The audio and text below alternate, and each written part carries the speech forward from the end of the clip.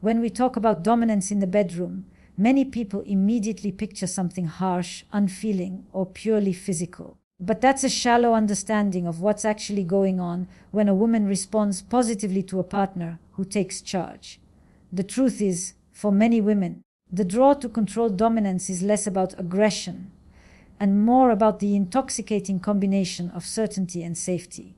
It's about stepping into a moment where she doesn't have to lead, where she can let go of the constant decision, making and surrender into trust. Think about it. Most women are navigating a world where they're expected to be on guard, to be sharp, to be constantly aware. Their daily lives are filled with structure, responsibility, and self-control. When she meets someone who can create a space where all of that weight can be set down, even for a moment, it can feel deeply liberating. Dominance done well is not about overpowering her. It's about inviting her into an experience where her surrender is an act of choice, not a result of force. That choice is what makes it so powerful. Controlled dominance begins with presence. Not just physical presence, but emotional and mental focus. You're not distracted, you're not uncertain, and you're not timid. You are reading her, attuning to her body language, and letting her feel that you know exactly what you want from her in that moment. This clarity is intoxicating because it removes ambiguity. It creates a rhythm where she feels guided, and that guidance becomes an erotic language in itself. There's an important distinction here. Dominance is not about taking something from her. It's about leading her somewhere she wants to go.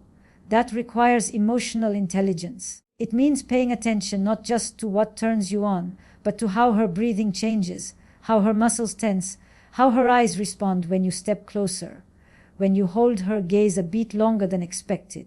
You're not simply acting, you're tuning in. And here's the fascinating psychological layer: dominance often triggers deep-seated primal wiring in human attraction. In the animal world, displays of confident control signal protection, competence, and strength. When done with care and mutual consent, these signals in the bedroom can awaken a similar instinct, one where she feels both desired and secure. That mix is magnetic, but we also have to talk about why the controlled part matters so much. Without control, dominance easily slides into recklessness, and that's where harm, physical or emotional, can happen. True dominance is actually a form of discipline. You're not acting purely on impulse. You're curating an experience. You're choosing your timing, your touch, your words. You know when to press forward and when to slow down. That's the difference between someone who's just rough and someone who's powerfully captivating. Women who enjoy a partner taking control often describe it as being held in more than just the physical sense. It's the way your tone of voice steadies them, the way your hands guide without hesitation, the way you seem to know where you're going and you're bringing them with you. That kind of leadership builds trust, and trust is what allows her to let her guard down. Let's not pretend there's no vulnerability in this. For a woman to let you take control, she's offering you something precious: her openness. She's allowing herself to be seen in a state where she's not calculating or managing. That's a gift, and it has to be handled with respect. When a man understands this, when he treats that moment as something to protect rather than exploit, he steps into a rare space of both power and responsibility. There's also a dance of contrasts happening here. Controlled dominance works because it plays with the edges of tension and release, of assertiveness and gentleness. You might pin her hands, but your lips brush her ear softly. You might speak firmly, but there's warmth in your tone. These contrasts heighten sensation because they keep her guessing. Her body is on high alert, her mind is engaged, and she's pulled deeper into the experience. This isn't about replicating something you've seen or following a rigid script. It's about developing your own style of leadership and intimacy, one that matches your personality and respects hers. That's why communication, both verbal and nonverbal, is the foundation. Sometimes that means talking before about limits, about what excites her, and sometimes it's about checking in mid-moment with subtle questions like, "You like this?" whispered low, so it feels like part of the heat rather than a break from it. And here's the deeper truth. Controlled dominance isn't just about sex. It's about who you are in that space with her.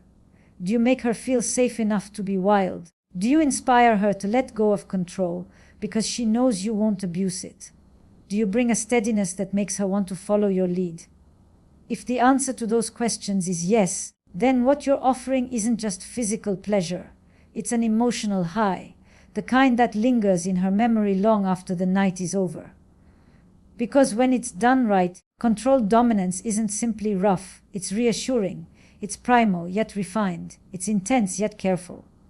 And that combination for many women is irresistible. It taps into a part of her that wants to feel claimed and cared for at the same time, without having to explain every detail of how to make it happen.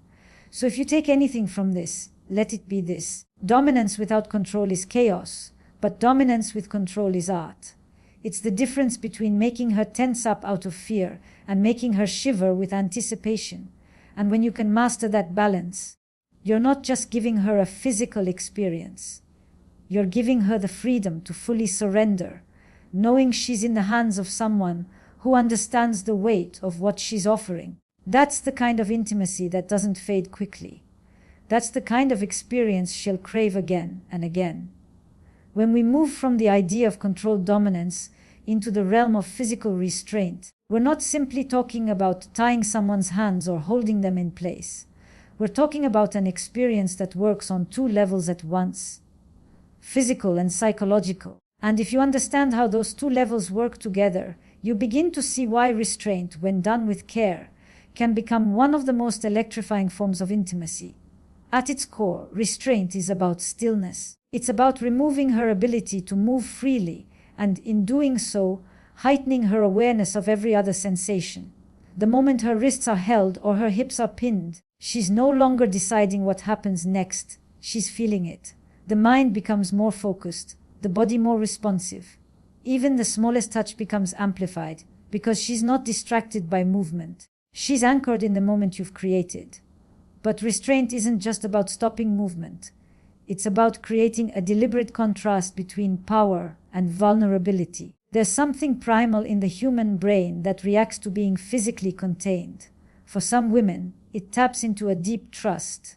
They know you could let go, but you choose to hold. And in that choice lies the unspoken message: you are safe, but you are mine right now. Of course, there's a fine line here. The physical act itself is simple enough: hands, arms, hips, legs. But the emotional resonance comes from how it's executed. The grip matters. Too loose, and the signal is weak. Too harsh, and it risks harm. It's the sweet spot. Firm enough that she feels your strength. Gentle enough that she knows it's intentional, not reckless. That's where the psychological spark ignites. And restraint doesn't have to mean elaborate props or dramatic gestures. Often, the most powerful moments are born from the simplest actions. Her wrists pressed gently, but firmly above her head while you kiss her, your hand gripping the back of her neck while you lean in, your body holding hers against a wall so she can't step away. These are not grand performances. They're intimate, focused exchanges of control. There's also a rhythm to restraint. You don't have to hold her for the entire encounter. In fact, releasing her at just the right moment can be just as arousing as holding her down. That sudden freedom can feel like a rush, and she'll often move toward you even more willingly, because she's now choosing to stay rather than being made to. In that way, you're playing with both the absence and presence of control. Another layer of psychological intrigue. What makes restraint particularly potent is that it removes options. When she can't use her hands or shift her position, her attention is forced inward, into her own sensations, her own breath, her own anticipation. She becomes more aware of your breathing, your scent, the heat of your skin against hers. The world narrows until it's just the two of you, the tension between control and release becoming its own language. And that language only works if there's trust. Without trust, restraint can feel threatening or intrusive. With trust, it becomes liberating. This is why the moments outside of the act itself are so important. The way you look at her before you hold her, the way you check in, not in a clinical way, but in a way that blends seamlessly with the heat of the moment. A low murmur of "stay still for me" or "don't move" isn't just instruction, it's part of the seduction. From a psychological standpoint, restraint can also intensify her perception of your dominance. It's not about brute strength, it's about the intentional display of control. You're demonstrating that you can take her body where you want it to go, but you're doing it with precision, not force. That precision is what keeps it erotic rather than aggressive. It's worth mentioning that restraint isn't just about you holding her. It can also be about her surrendering herself into that position. When she offers her wrists, when she stays still because you told her to, when she leans into your grip instead of away from it. That's voluntary submission. And voluntary submission is one of the most potent expressions of desire there is.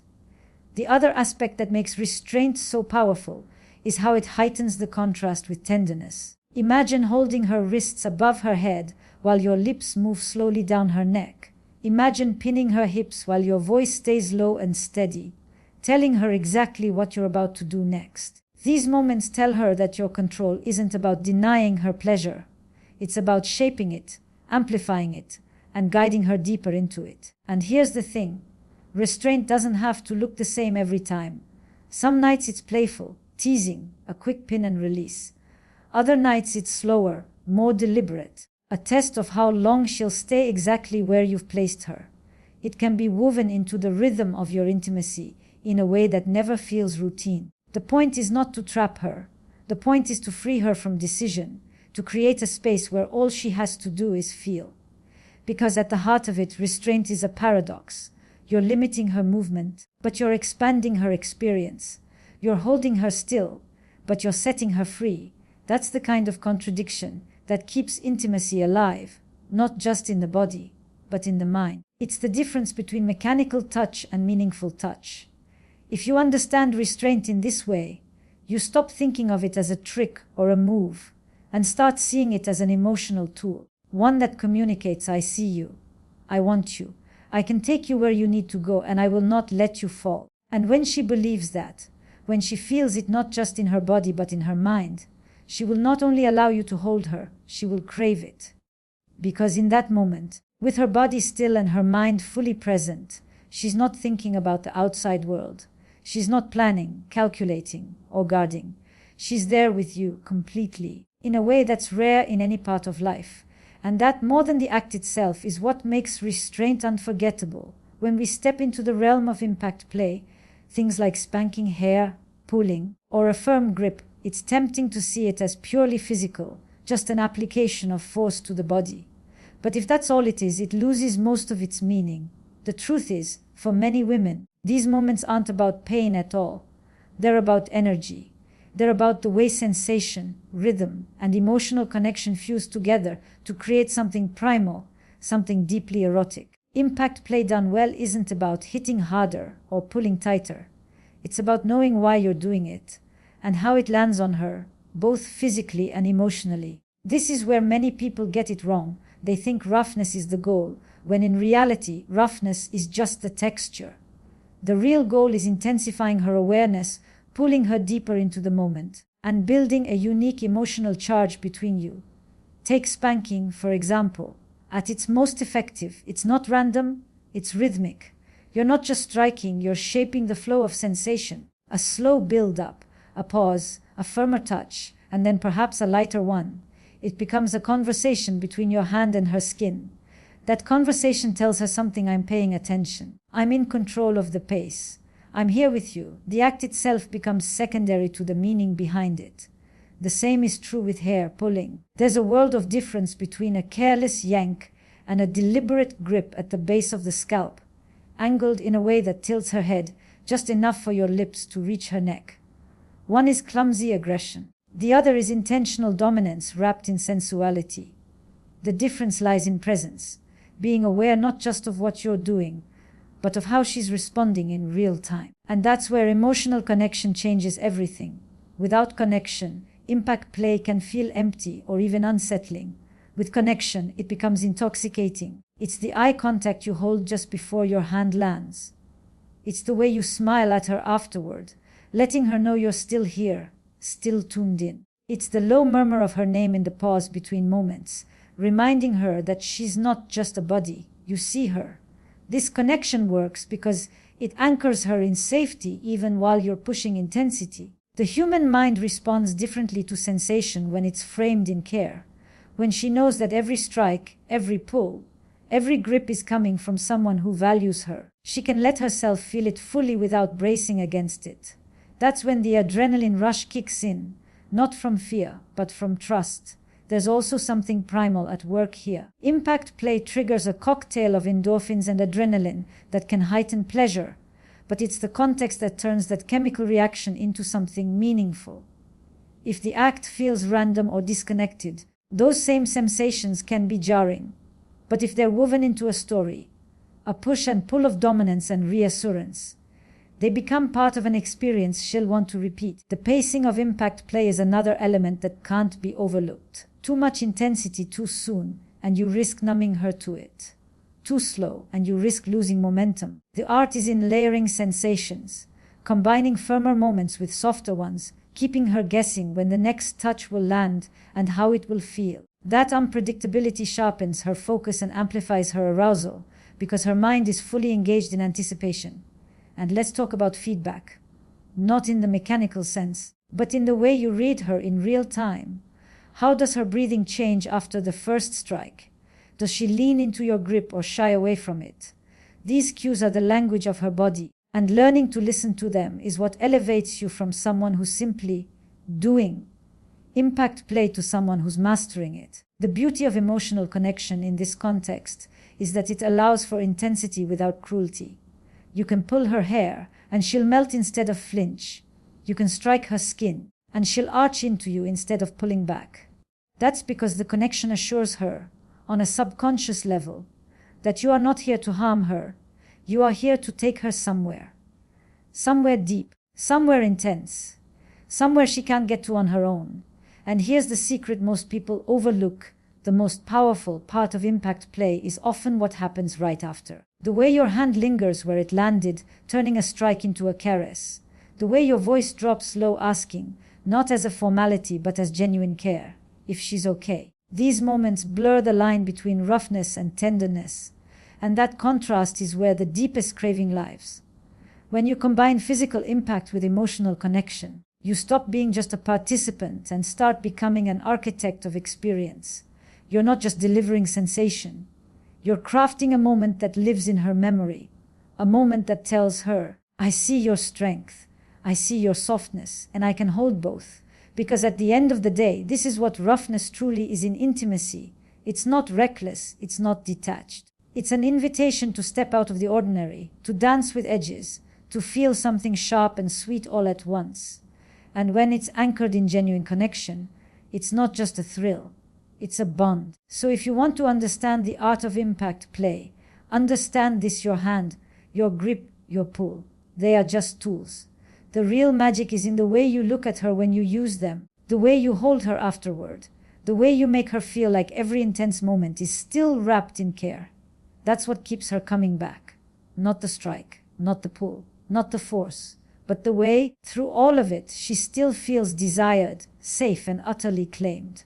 And that's the kind of impact that leaves a mark far deeper than the skin. Up to now, we've explored dominance, restraint, and impact, things that often seem to rely on physical force. But there's another set of tools, far more subtle, that can rival or even surpass the power of anything you can do with your hands. These are the tools of breath, voice, and presence. When you master them, you discover that you don't always have to touch her to make her feel you. You can control the rhythm of her heartbeat, the tension in her body, and the way her mind races, all without lifting a finger. Let's start with breath. Breath is more than just the exchange of air. It's an unspoken signal of your energy, your focus, and your desire. When you're close enough for her to feel the warmth of your breath on her neck, her skin will register that before her mind even has time to process it. It's primal. The human body is wired to react to closeness. But breath isn't just about proximity. It's about timing and intention.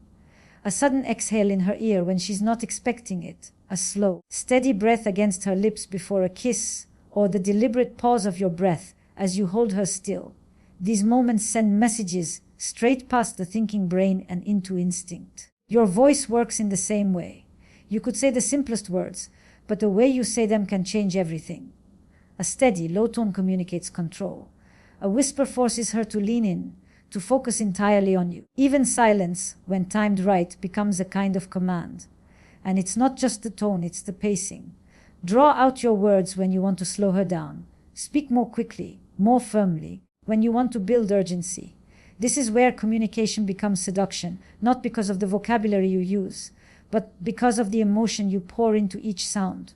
Now, combine breath and voice, and you have something even more potent. Imagine leaning close enough for her to feel your breath, but not your lips, and then murmuring something you know will make her shiver. You're giving her two sensations at once, the warmth of your presence and the authority of your words. This layering works because it engages multiple senses simultaneously, pulling her deeper into the moment. And then there's presence, the quiet but unmistakable energy that fills the space between you. Presence is about more than being physically near her. It's about projecting confidence without arrogance, focus without tension. It's the way you look at her and make her feel like nothing else in the world matters right now. It's the stillness you hold in your body, the way you move deliberately instead of rushing, the way you let pauses hang in the air just long enough to make her feel the weight of anticipation. Presence becomes magnetic when it's paired with intention. You're not just there, you're there for her. Your attention isn't scattered, your phone isn't in your hand, your mind isn't elsewhere. She feels that she has you completely, and that feeling, being the center of your awareness, is intoxicating. It turns even the smallest touch, even the shortest sentence, into something charged. There's a psychological reason all of this works so well. The mind is the largest erogenous zone in the body. When you play with breath, voice, and presence, you're not just stimulating her skin, you're stimulating her imagination. You're creating tension in her mind before you ever create it in her body. And often, that mental build-up makes the physical release infinitely more powerful. Consider this: you could walk across the room and immediately touch her, or you could stand there, looking at her, letting her see the way your eyes follow her. You could take your time walking toward her, saying nothing, letting each step build her awareness of your approach. By the time you're close enough to touch her, her body is already responding, not because of what you've done physically, but because of how you've made her feel in the moments before. This is where mastery lies, not in constant action, but in knowing when to hold back. A whisper is only powerful if it comes after silence. Breath against her neck only matters if it's preceded by stillness. Presence is most magnetic when it's paired with moments where you almost pull away, but don't.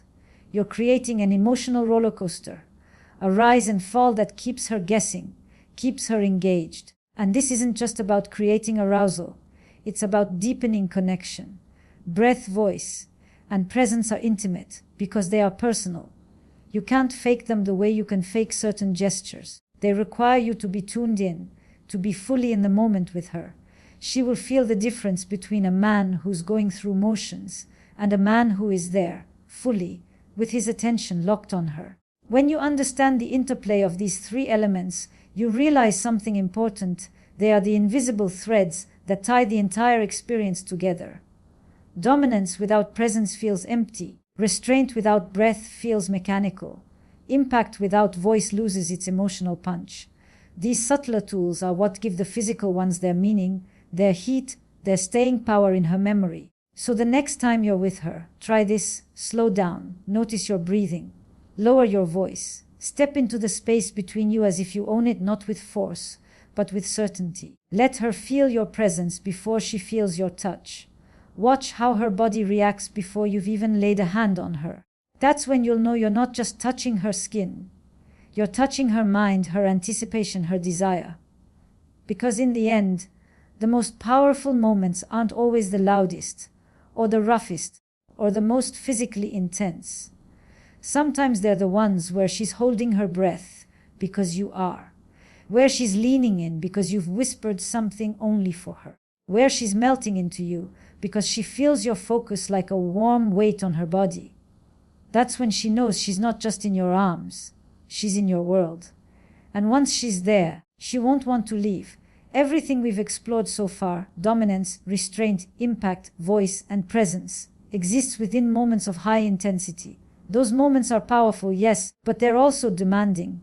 They ask something of her body, her emotions, her trust.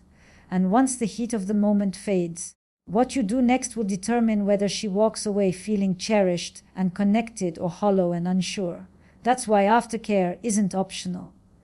It's the quiet, deliberate act of closing the circle. It's the way you tell her, without needing to say it, that she is more than just the sum of what you just did together. That you didn't just want her body, you valued her. Now, a lot of people misunderstand aftercare. They think it's about guilt, as though you're making up for the intensity of what just happened. It's not. Aftercare is not an apology. It's an affirmation. It's telling her, I saw you at your most vulnerable, and I still see you now. That recognition is what transforms a rough, primal experience into one that feels safe to return to again and again. Physiologically, this matters more than most realize. High-intensity intimacy, especially the kind that involves dominance, restraint, or impact, triggers a rush of endorphins and adrenaline. When it ends abruptly, those chemicals begin to drop, and she can experience a kind of emotional whiplash. It's not weakness. It's simply biology. Aftercare acts as the soft landing. It slows the descent, easing her out of that heightened state so she doesn't crash. But it's not just biological. It's deeply psychological. Remember, you've been playing with her edges of control, vulnerability, sensation. You've asked her to trust you enough to step past comfort. Aftercare is where you reinforce that trust. It's where you make sure she knows that the connection didn't end with the last kiss or the last strike. This doesn't have to be elaborate. Sometimes it's holding her close, letting her breathe against your chest until her heartbeat steadies. Sometimes it's running your fingers through her hair while you say nothing at all. Other times it's the quiet, grounding words, "You're safe. I've got you." That was incredible. Words that both affirm her and remind her that you're still present, still attentive. And here's the thing. Aftercare isn't one size fits all. For some women it's about touch. For others it's about words. For others still, it's simply about staying close, sharing a glass of water, lying in silence, letting her know you're not rushing off. The point isn't the specific act. It's the intention behind it. One of the most powerful parts of aftercare is the way it rewires her memory of the experience. Without it, she might remember the intensity, but also the uncertainty. Was it just physical? Did you disconnect the moment it was over? With it, she remembers the entire arc, the build-up, the climax, and the warm, safe landing afterward. That's what makes her not only willing, but eager to go there again in the future. Aftercare also deepens the emotional bond between you. It tells her you can handle the full spectrum. Heat and softness, intensity and care. You're not just capable of leading her into powerful moments, you're capable of holding her once they've passed. That's the kind of security that allows her to give herself to you more fully next time, because she knows you won't abandon her in the aftermath. And here's something worth remembering. Aftercare isn't just for her. It benefits you too. It gives you a moment to come down from your own adrenaline high, to connect in a quieter, more grounded way, to enjoy the intimacy that lingers after the storm. It turns the encounter from something you did into something you shared. Sometimes, the most profound moments in intimacy aren't the loud ones. They're the ones in which you're lying together afterward, tracing shapes on her skin, listening to the rhythm of her breath slow. They're the ones where you look at her, and she knows, without a single word, that you don't just want her in the heat of the moment. You want her in the calm after it, too.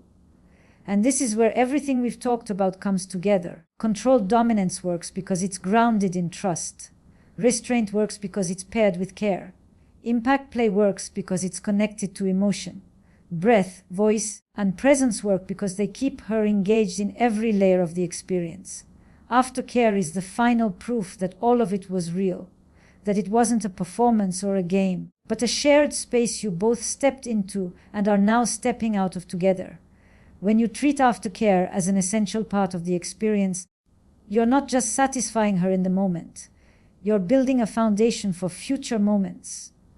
You're telling her, I can take you to the edge, and I can bring you back. That's the kind of reassurance that lets her explore more with you, trust you more deeply, and crave what only you can give her. Because in the end, the goal isn't to give her a single unforgettable night. It's to give her the desire to keep coming back, to keep discovering new layers with you. And that only happens when she feels both the thrill and the safety, the passion and the care. Aftercare is the bridge between those two worlds. So if you remember nothing else from this point, remember this: what you do after is just as important as what you do during. The last thing she feels will be the thing she remembers most vividly. Let that final note be one of care, connection, and presence. Because any man can create heat in the moment, but it takes a rare kind of man to leave her feeling warmer after the fire has gone out. And that warmth, the one that lingers, is what keeps her coming back to you, not just for the roughness, but for the way you hold her when it's over.